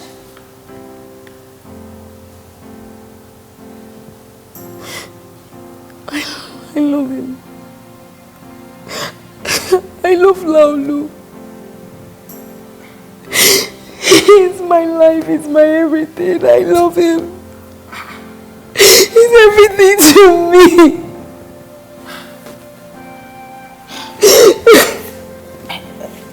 I'm sorry. I mean that's a hurt. Yeah, but you see, I know you love him, but he doesn't love you. Love is meant to come naturally. If it doesn't, you cannot force it. Because if you beg to love him, you will beg to maintain it. You can face reality. I know. They're both here. But kí tó gbà, mo ní láti rí Láolú. Mo ní láti comfort Láolú. Gbogbo allegations tó fi sùn mí, mo ní láti defend ara mi. That's only when I can be done with him. Because I love him. I need to create that impression he has about me.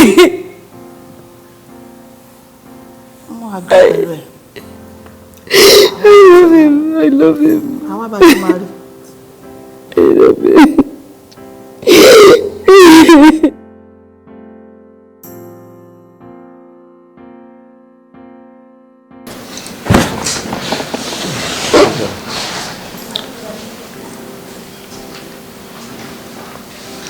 O ṣọ́ọ̀pù títọ́. Ó ti wà okay. O ṣọ́ọ̀pù wà okay. Okay.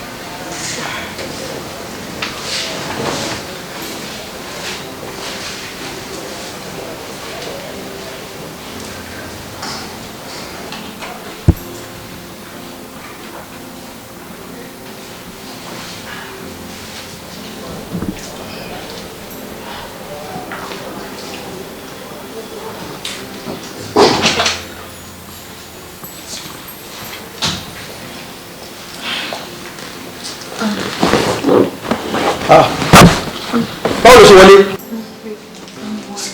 Bébí wo ló ń dúró báwo ló ṣe wọlé gan-an? Kí ló fún kí ni? Mo ní kí n wá ṣàlàyé fún ẹni pé ọ̀rọ̀ yẹn ò rí bẹ́ẹ̀ yẹn mo kàn ní kí n ṣakọ díẹ̀ ni. Ọ̀rẹ́ mi ò tiẹ̀ dá mi mọ̀ pé tí wàá bá mi bẹ̀bẹ̀ kí n ṣọ́ tí bá mi bẹ̀ ẹ́ ní kó má bínú sí mi.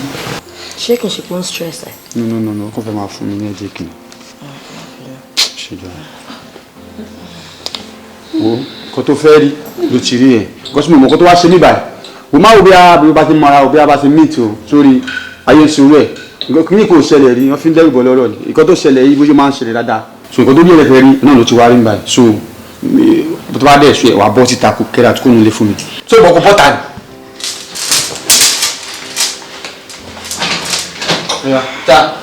Bọ́ síta jọ. Bọ́ síta.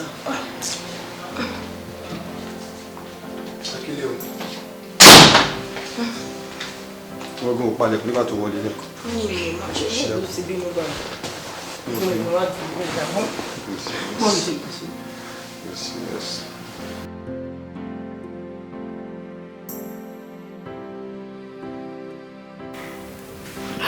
Ah, God.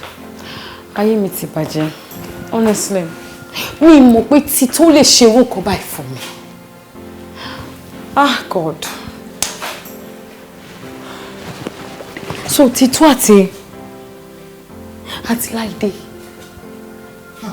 In a million years, me they ever ro sí wọn. You don't understand. I understand. Ṣorí jẹ́ kẹ́mi sọ fún ẹ. Gbogbo àwọn ọ̀rẹ́ ọkùnrin tó máa ń kó kiri yẹn, èmi mọ̀ pé ó fẹ́ gbogbo wọn ni. Yes, èyí tí wọ́n pè ní 100%. Of course wọ́n fẹ́ ni now. Like I said, ọ̀rọ̀ tó wà lẹ́yìn kò yí kò wọ́ bẹ́ẹ̀. Jẹ́ ká náà gbéra báyìí ká lọ sílé ọkọ ẹ̀. Ká jẹ́ kí ọkọ ẹ̀ mọ gbogbo rọ́bọ̀rọ̀ ọ̀dọ́ òṣì tó ń ṣe káàkiri. Let's expose her. By that time, Láolú máa realize wípé irọ́ ni gbogbo nǹkan tí ọmọ yẹn sọ fóun. Irọ́ ló ń pamọ́ ẹ. Ẹ̀dẹ̀ padà sọ́dọ̀ Láolú. That's all. No. I won't do that. I won't pay evil with evil. Mi ní ṣe bẹ́ẹ̀. Ilé yìí ò ní tọwọ́ mi dàrú. Kọ́lọ̀ má jàre. Kò ní tọwọ́ mi ṣẹlẹ̀. Ṣùgbọ́n ọ̀rẹ́, àwọn èèyàn ní understand. Tí bá dalé ẹ̀rù lénìí, wọ́n á ní ẹ̀rí. Ó sọ mọ́lọ́mọ dídá bí mo ṣe dà. Ó mọ ọmọ dalé ọ̀rọ̀ ẹ̀rù. Ọ̀rẹ́ burúkú ni. Èèyàn mélòó ló fẹ́ mọ nǹkan tó ṣe fún mi? Wọn ò ní mọ nǹkan tó ṣe fún mi. Kí ni mo lè fẹ́ gbà ń díẹ̀? Kò sí nǹkan tí màá gbà ń díẹ̀ tí ilé ẹ̀ bá dàrú. Kò sí nǹkan tó fẹ́ fọkọ ẹ̀ ṣe. Ṣé bí tí tó ṣe wà yẹn? Mo fà sí ọwọ́ Ọlọ́run. Àfi tí kò bá sí Ọlọ́run nìkan ni. Ṣùgbọ́n tó bá rẹ̀ pọ̀ Ọlọ́run wà. Lọ́ládé, today I respect you more. You are strong and you have a good heart. Despite the fact wípé èèyàn gba ọkọ àfẹ́sọ́nà ẹ̀, ìwọ tún lè láti save woman. This is strange.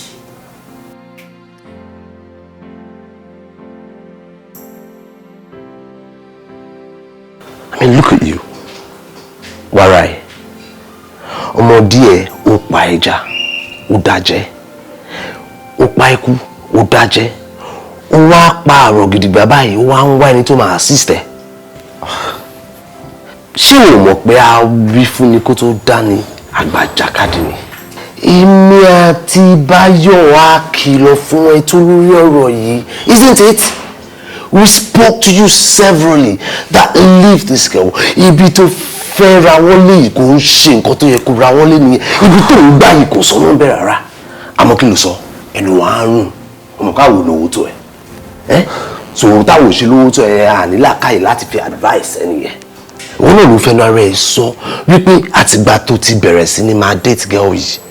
Nǹkan lọ normal mọ́. Most especially anytime tẹ́ bá jọ bára yín kẹjọ ní nǹkan ṣe pọ̀. Ìjọ yẹn bá wàá receive bad news ní ṣá. I mean, how long do you want to continue like this? How long ló fẹ́ ṣe lè dá? A lè sọ fún ẹ o. A sọ fún ẹ àmọ́ rárá o. Báyìí mo ṣe máa ṣe nǹkan mi kò tẹ̀lé yípadà àwọn ọ̀rẹ́ ò tẹ̀ ní change o. Nǹkan tó bá fẹ́ ṣe yẹn agídí ọkàn yẹn agídí inú yóò ti wà nù ẹ̀. Nǹkan tó bá fẹ́ ṣe yẹn gangan òun ló máa ṣe. Ṣé kò tó ẹ báyìí? Ó mú nǹkan tó ṣẹlẹ̀ nísìnyí pé kò yé mi mú. Gbogbo ẹ ti dàrú pátápátá. Ó ṣe ní dàrú.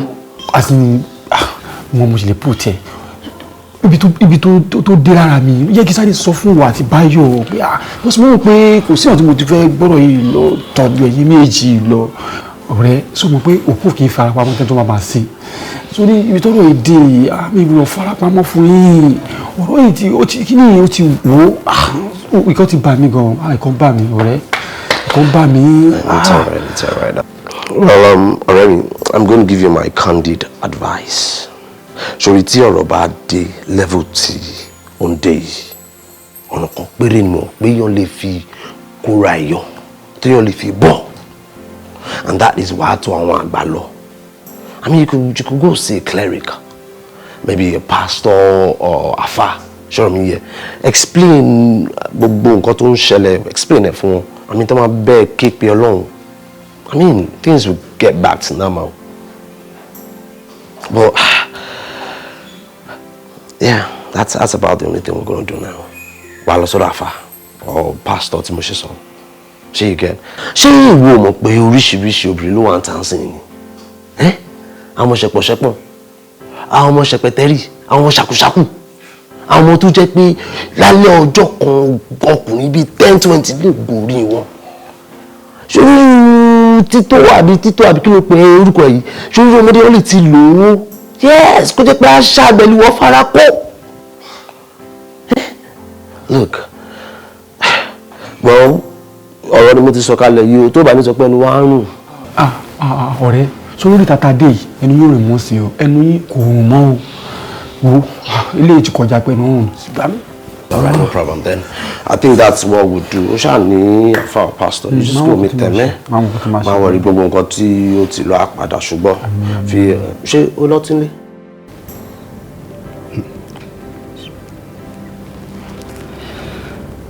Allah Akbar. Allah Akbar. Allah Akbar Kapira. Idina Shrat al-Mustaqim. Láolú, sórí ọba Ọlọ́run torí yẹn, àfinimọ̀nà lọ́ba Ọlọ́run Allah. Gbogbo nǹkan tó ṣókùnkùn níwájú àwọn ọmọ ẹ̀dá Ádámù ní dúníyà yìí, kedere báyìí níwájú Ọlọ́run. Sórí nǹkan tí fẹ́ sọ fún ẹ yìí, tó bá kú lọ́dọ̀ mi, tó bá mú pásítọ̀ tó dájú, o lè lọ sọ́dọ̀ ẹ̀. O lè lọ sí ibi tó bá wùn ẹ́. Kódà o tún lè lọ sọ́dọ̀ àwọn àfáà ẹgbẹ́ mi báyìí.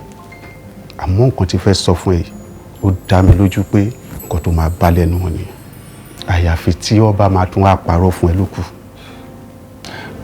Àfà, nǹkan tẹ́ ń sọ yìí kò yé mi. Kò yé mi, ẹ láyé mi, àfà. Láolú. Àfà. Èmi ló dé tí o lọ fi ojú olóore rẹ gúngi. Ẹni tó jólùrọ̀ lọ́wọ́ rẹ, tó ràn ẹ́ lọ́wọ́, tó gbé ẹ débi gíga, tó ṣe àwọn nǹkan mèremère fún ẹ tó yẹ kó fọwọ́ ẹ sókè, kí ló dé tó wá jẹ́rú onítọ̀hún bẹ́ẹ̀ yẹn wàá lọ fi ọbẹ̀ yìí tó fi jẹ́ iṣu.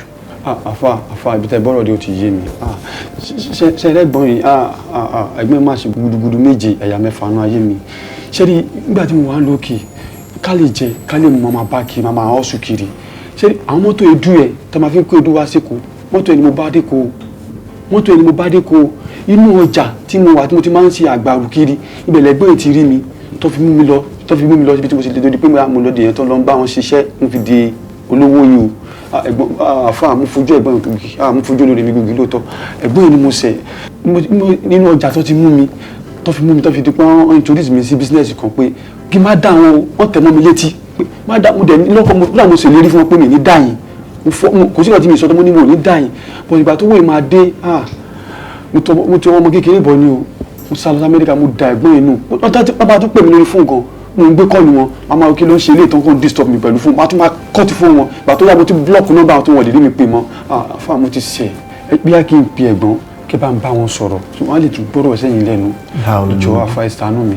Láolú, sórí olóore tí mo ní o fi ojú ẹ̀gùn gè yìí kò ń ṣe nípa ti towó, kò dẹ̀ ń ṣe nípa ti dúkìá, kò ń ṣe nípa tọrọ rárá. Nǹkan tó o ṣe fún tó fi fi ọbẹ̀ ìjẹ́níṣu ó ju gbogbo nǹkan tá à ń sọ yìí lọ. Àfà, kò sí nǹkan tó jọ, owó nìkan ni mo fi ṣẹ̀ wọ́n, kò sí ọ̀nà míì, kò sí nǹkan tó pè mí àti wọn pọ̀ jọ̀rọ̀ bísínẹ́sì yìí lọ. Ó dàbí pé gbogbo ọ̀rọ̀ tí mò ń sọ o ò tí mọ̀rú ẹ̀ṣẹ̀ tó ṣe àbí? Bẹ́ẹ̀ni àfà. Gbogbo ẹ̀ náà ni máa láyé. Kí ni nǹkan tó ń ṣẹlẹ̀? Ó pè mí sí ìwòsàn àrẹ nǹkan fún mi. Bí o ṣe tẹ́lẹ̀ náà nìyẹn, o kò fi mí lẹ̀ lọ. Ọdún mo dúpẹ́ lọ́wọ́ pé Ọlọ́run ò fi mí lẹ̀. Ṣé o tọ́? Lẹ́yìn ìgbà tí mo ṣe fẹ́ o lọ náà ni. Àwọn kò ṣe ẹ dáríjì mi. Mi ìbínú sẹ́yìn tí bá ń bínú sẹ́yìn mi ní wá sínú ilé ẹ̀. Mo ti dáríjì ẹ̀yẹ́ ti lọ. Ṣé mo lè rí picture ìyàwó yín? Ṣé o ti ń fa nǹkan mi? Kí ló fẹ́ fi ìyàwó mi ṣe? In case bí a ti bá pàdé wọn ta màá lè dá wọn mọ̀, màá lè máa ṣe kí wọn. Ẹ jọ̀ọ́ jẹ́ kí n rí. Ó parí. So ó gbé mi láti ibi tí mo ti ń bọ̀ kò wá síbi tó gbé fún fọ́tò ìyàwó mi. Ok, mo ti bọ̀. Àbí? Bàtẹ́ lọ́rọ̀. Ìyàwó mi ni. Ṣé tọ́? Jọ̀ọ́ ẹ dáríjì mi. Kí ló ń sọ? Wọ́n kò ṣẹlẹ̀ ewu wá ti ṣẹ̀yìn gan ni. Ìmọ̀ bínú ẹ̀dá. Kí ni wọn náà tó sọ lẹ́nu iṣẹ́ mi? Báwo ni mo ti dáríjì ẹ̀? Ìwọ tó ṣẹlẹ̀ ti ṣẹlẹ̀ tètè bá mi sọ̀rọ̀ wá bí mi. Ìyàwó yín àti ẹ̀gbọ́n mi àwọn méjì jọ wọ́n ń fẹ́ra wọn. Tẹ́lẹ̀ ń fẹ́ra wọn. Even wọ́n ti sun bíbá ẹ̀rí lọ́jọ́ kan. Ṣé ẹ ti photoshop kí ni gbogbo lè? Irú ọ̀rọ̀ mi ò lè kí ìyá kí. Look, mi ò believe wọn nonsense mi like ẹ. Láti kọ̀ fún àwọn pé lóòótọ́ nìkan tí mo sọ ẹ jẹ́ kí n gbé nọ́mbà ẹ. O ní nọ́mbà ìyàwó mi. Kọ́lẹ̀.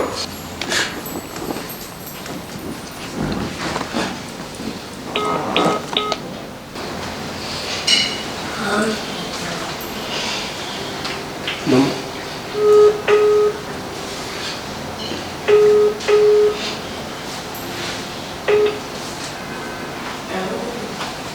Hello?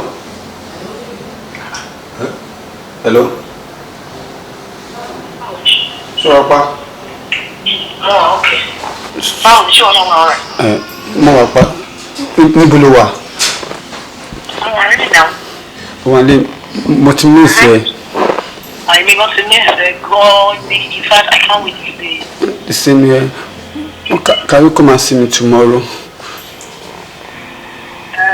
Of course I can come, but nǹkan tó ṣẹlẹ̀ ni pé okay, màá kọ́ wà fún wọn kan fún uncle mi. So, màá dé ọ̀rẹ́. Ọjọ́ méjì ló máa lò pẹ̀lú mi o. No problem there. No problem, anything for me. Okay. Love you, baby. Two.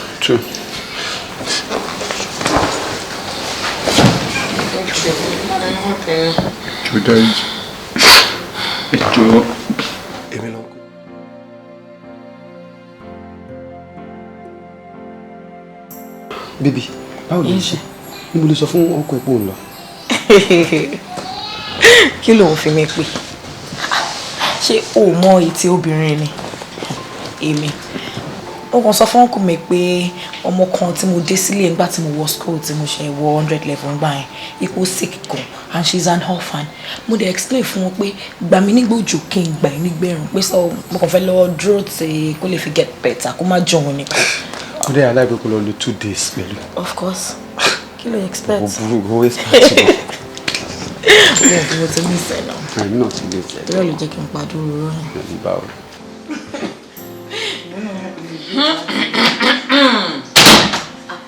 Sister Tito, ìyàwó mi, ìyọkọ mi tí ó bad. Ṣé rí nínú ilé wa yìí, ẹ máa bí ọkùnrin àbírú, ẹ dẹ̀ máa bí obìnrin àbíyè. Àmín.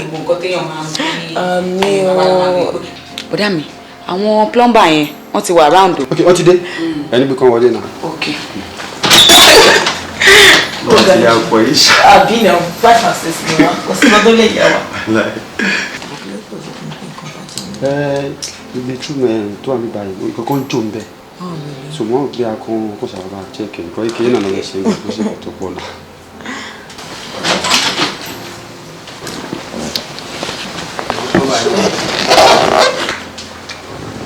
Ọkọ ẹ̀ ti wọlé báyìí.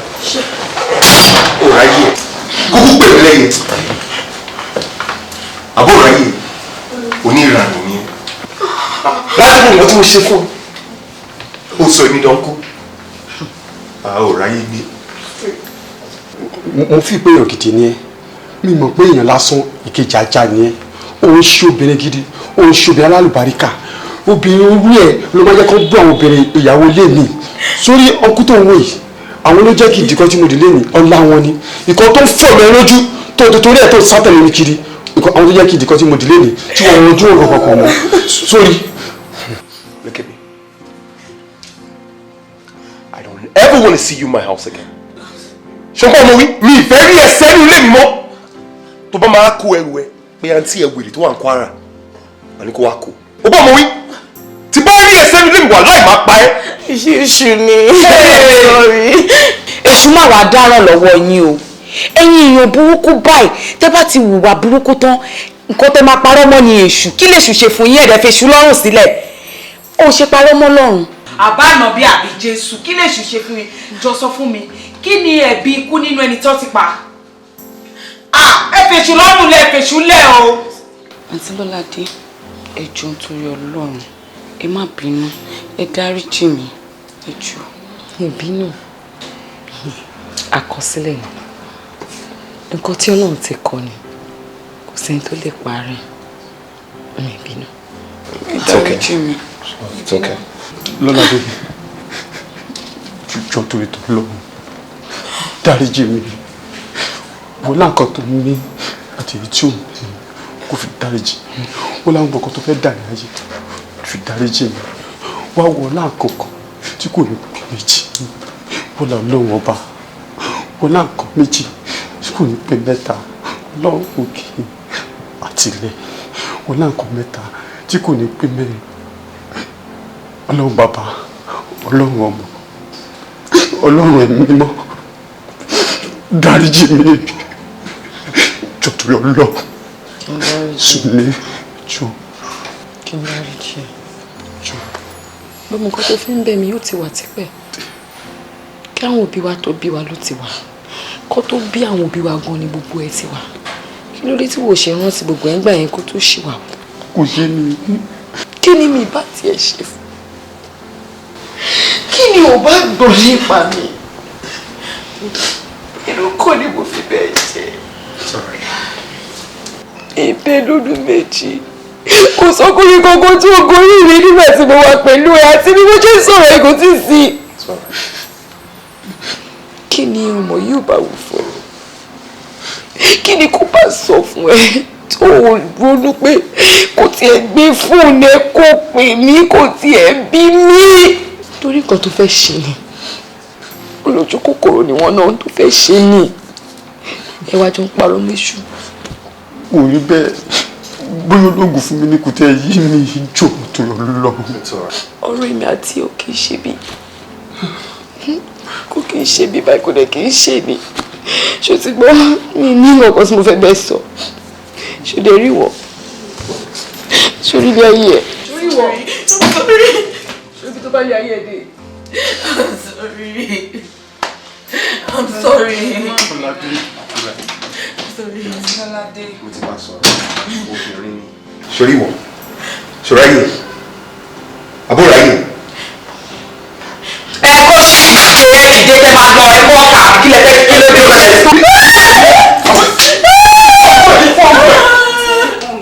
Wọ́n wèrè o, lẹ́yìn báyìí, a ṣe èrè ó lè. Tó bá jẹ́ kí n rí ẹsẹ̀ inú lẹ́nu, tí bàbá ìpè mi lọ́mọ àlè. I'm sorry. Get out of here now! Èṣù ni o. Ẹ bọ́ ọ̀tá ẹ̀. Èṣù ni o. Ẹ kó ṣì bọ́ ọ̀tá olóṣù.